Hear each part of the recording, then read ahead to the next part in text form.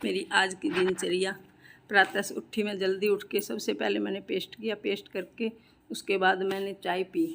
उसके बाद सुबह फिर थोड़ा दूध पड़ा था, दूध आधा किलो दूध में से मैंने अभियान के लिए पनीर निकाल दिया।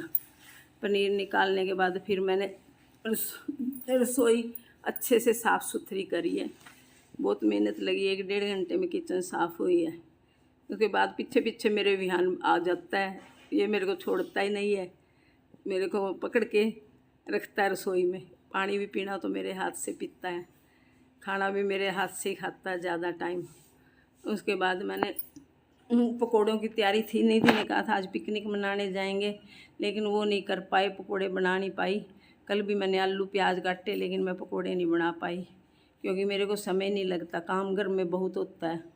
अब मैंने सारे घर के झाड़ू लगाया अच्छे से, डस्टबिन फुल है, अब वो झाड़ के आऊँगी, फेंक के आऊँगी नीचे जाके। तीसरी मंजिल से उतरना चढ़ना। फिर मैंने बाल्टी के साथ कुल्लर भरा पानियों से, पानी क्या कि विहान को बेचारे को गर्मी ना लगे। उसके बाद उसको थोड़ा सा आलू बुखारा खिलाया। उसके बाद वो नहाने की तैयारी में था, उसको मैंने नहलाया और नहला के अच्छे से अब सो गया। दूध वो पीता नहीं है, उसके लिए दही जमाई। दही जमाने के बाद अब मैं आटा बना के आई हूँ, रोटी बनाऊँगी। सब्जी मेरी बेटी बना लेगी, कुछ भी पनीर वगैरह उसको काट चीर के दे दूँगी। दूसरे घर में से सामान अब वापस लेके आऊँगी थोड़ा सा, क्योंकि उधर चले गया टब वगैरह बच्चे का नहाने का, डिब्बे वगैरह वहाँ से लेके फिर यहीं खाना बना के इनको यहीं खिलाऊँगी। उधर भी गैस रखा हुआ, इधर भी, दोनों तरफ। मेरी दिनचर्या भी पूरी काम काज में चलती है, मैं भी खाली नहीं बैठती ऐसे। उस दिन मेरे से रोटी बन गई बेकार, क्योंकि वो आटा है ना पुराना हो रहा था, उस घर में फ्रिज नहीं था। फिर मैंने दोबारा रोटियां भी गोल गोल पतली पतली बना के दिखाई। मैं भी पूरा दिन काम करती हूँ, खाली नहीं बैठती भाई, खाली बैठती हूँ। मेरा शरीर भी भारी है, शरीर भारी होने के कारण काम भी मेरे से बहुत जल्दी नहीं होते, धीरे धीरे होते हैं। कमरे का रख रखाव भी मैं ठीक कर देती हूँ बच्चे के साथ, फिर वैसा ही हो जाता है। अब हमारे बेड भी यहाँ रखे हैं, उधर नहीं गए। दूसरे घर में बेड जाएंगे तो सारा सामान जचाऊँगी जाके, वहाँ पे भी सारा सामान अच्छे से रखूँगी। बेड शीट भी मैं रोज़ धोती हूँ बच्चे के नीचे, ताकि बच्चे के किसी प्रकार की कोई बीमारी ना लगे, इन्फेक्शन ना हो। बच्चे के कपड़े भी मैं कम से कम विहान को दिन में 4-5 बारी नहला देती हूँ, उसको भी साफ़ सुथरा रखती हूँ। लेकिन वो गुठलियाँ चलता है, गुठलियाँ चलने के कारण फिर गंदा हो जाता है जाके। जिधर मैं जाती हूँ मेरे पीछे बाथरूम, अगर कपड़े धोने जाती हूँ तो मेरे पीछे पीछे बाथरूम में जाएगा। जैसे काम मैं करती हूँ वही, मैं पोछा लगाती हूँ तो साथ ही सोचता नानी जी के साथ मैं भी पोछा लगवाऊँ। सारे काम मेरे को साथ करके दिखाता है, देख के हंसता है, क्योंकि रखती सारा टाइम उसको, ज़्यादा से ज़्यादा टाइम मैं हूँ। मेरे को निधि पे भी विश्वास नहीं है उसको रखने में, अपने हाथ से खिला पिला के मेरे को संतुष्टि मिलती है। ये सोचती है तो अभी बच्चा है, पहला बच्चा, इसको पालने का क्या पता बेचारी को, सारा कुछ इसको बताना पड़ेगा, इसको सिखाना पड़ेगा बच्चे को। इसने यहाँ भी घर में पढ़ते हुए कोई बाई का बच्चा नहीं देखा, कोई भाई भाभी के बच्चा हो है पढ़ते हुए देखा हो, बच्चे को अकल आती है। इस करके इसने तो भाभी के भी अभी 5 साल हो गए हैं, वो भी नहीं बच्चे का नाम लेती, उसका भी नहीं देखा इसने बच्चा, भतीजा वगैरह भाई पढ़ते हुए देखा। चलो ईश्वर ने इसको बच्चा दे दिया, इसको शक्ति भी देगा इसको परवरिश करने की, खुशी दी थी इसको भगवान ने, साथ के साथ इसको गम भी दे दिया। पति के जाने के बाद बेचारी दुखी रही 6 महीने तक, बहुत रोती रही। मैंने बहुत समझाया, बेटे जो चीज़ मिल नहीं सकती उसके लिए क्या रोना। इसके साथ साथ ये रोती थी, मैं भी रोती थी। बच्चे की परवरिश भी ऐसे खुशी के माहौल में नहीं हुई जैसे होनी चाहिए, नहीं तो मम्मी पापा के बीच में, बच्चा दोनों के बीच में बहुत अच्छे से पढ़ता है। फिर भी अधिक से अधिक सोचती हूँ कि इसको अच्छा से माहौल दूँ, बच्चे को खुशी दें इसको, क्योंकि बच्चा तो अब पापा भी बोलता है, नाना भी बोलता है, मामा भी बोलता है, बाबा भी बोलता है, लेकिन इसको बेचारे को पापा दिखाएं कहाँ से। इसके पापा तो नहीं ना दिख सकते, कभी देखेगा तो बेचारा फ़ोटो में ही देखेगा। इसलिए इसको तो हम भी सारी ज़िंदगी की खुशियाँ देने की कोशिश करेंगे अधिक से अधिक बच्चे को, कि ये बच्चा अच्छे से उसमें पढ़े, माहौल में पढ़े, इसको कोई कष्ट ना हो और इसकी माँ भी दुखी ना हो। अगर मैं अपने बच्चे को अच्छे से रखूँगी, छोटा बच्चा भी अच्छे से ही रहेगा। बाकी रसोई तो हमारी कई बारी फैल जाती है, फिर मैं समेट देती हूँ। सामान भी ज़्यादा, थोड़ा सामान भी कम करेंगे। किराए का मकान है, इसमें अपने हिसाब से तो नहीं रह सकते, कील भी नहीं एक ठोक सकते, क्योंकि कोई ना कोई शिकायत आ जाएगी हमारे मकान में, ये तोड़ फोड़ कर दी, ये कर दी, कुछ कर सकते। इसलिए उस अपना मकान होता तो अपने मकान में किसी तरह भी अलमारियाँ निकलवाते, कुछ भी करते, अच्छे से रहते।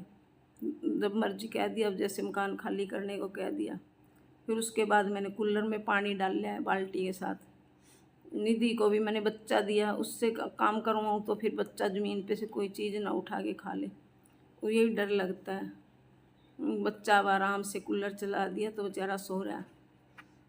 हम सोचते हैं इस बच्चे को किसी तरह की कोई कमी नहीं होनी चाहिए, पापा की किसी भी तरह की, इसको अधिक से अधिक हम इसको प्यार दें। और मेरा पोते की तरह मैं इसको रख रही हूँ, जैसे मेरा पोता हो, दोते की तरह नहीं कि भाई ये मेरी लड़की का लड़का है करके। इंसान के जीवन में खुशियाँ भी आती हैं, गम भी आते हैं, लेकिन क्या करें, खुश गमों को बुलाना ही पड़ता है। बेटी को भी समझाती हूँ, गमों को भूल जाना चाहिए, आगे की सोचनी चाहिए। बेटे मत याद किया करो पीछे की ज़िंदगी, जो गुजर गया समय गुजर गया, अब अच्छा समय आएगा। भगवान दुख देता तो खुशियाँ भी वही देगा।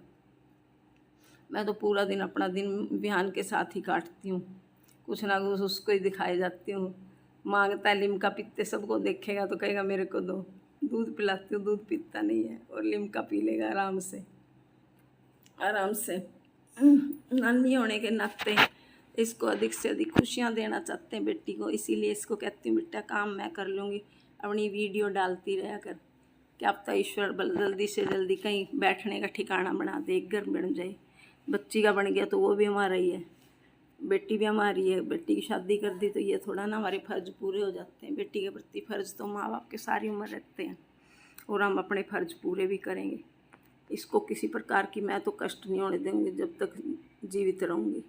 बाद का तो क्या भरोसा, परमात्मा ज़िंदगी के 10 साल भी देगा तो 10 साल में भी ये बच्चा 10 साल का हो जाएगा, हमेशा यही सोचते हैं। और इसको अपने साथ ही रखूँगी, बेटी को घर से बाहर भी नहीं निकालती मैं, जब जाती है तो अपने पापा के साथ जाती है, अकेली तो मैं भी नहीं इसको जाने देती।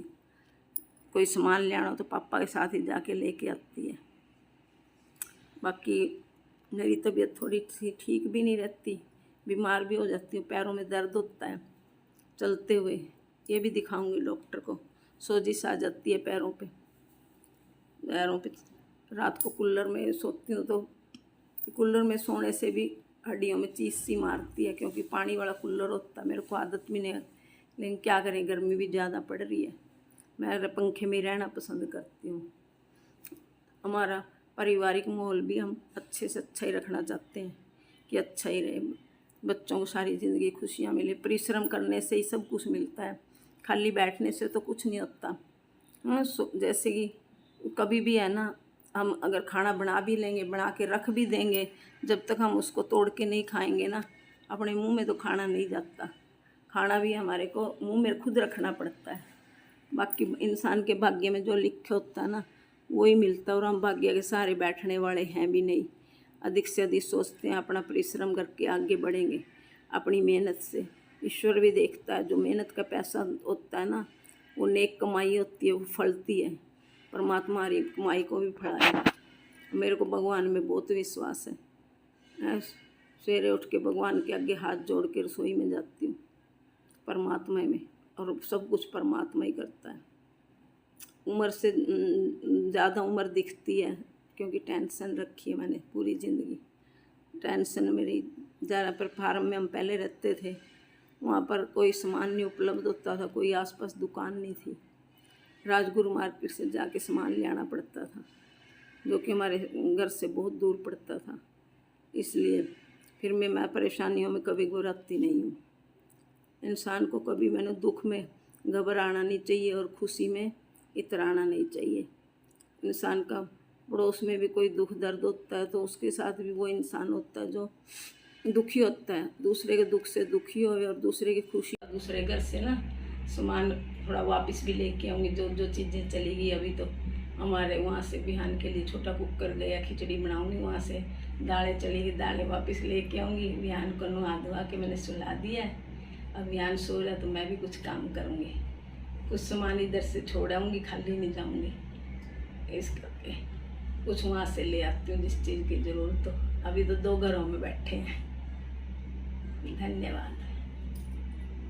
को स्वीकार करना और मेरी वीडियो को लाइक करना। धन्यवाद।